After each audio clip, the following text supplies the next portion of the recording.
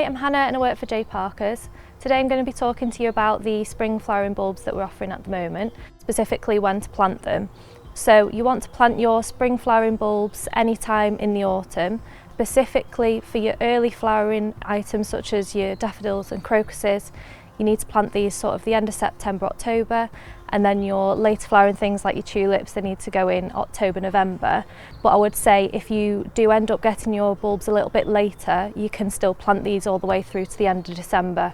There should still be enough time for them to come up next year. Okay, so some top tips for planting your bulbs. I usually tend to use a damp compost when I'm planting them so that you don't have to water them after you've planted them.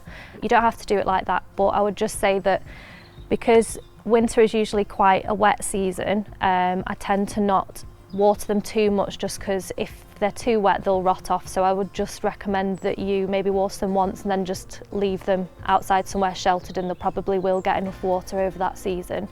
Another tip would be to make sure that you label your pots, so you can use wooden plant labels or reuse plastic ones if you've already got some, just to make sure that you know what's going to come up, and so you can put your pots in place so you don't need to move anything around too much as they start coming up in the spring.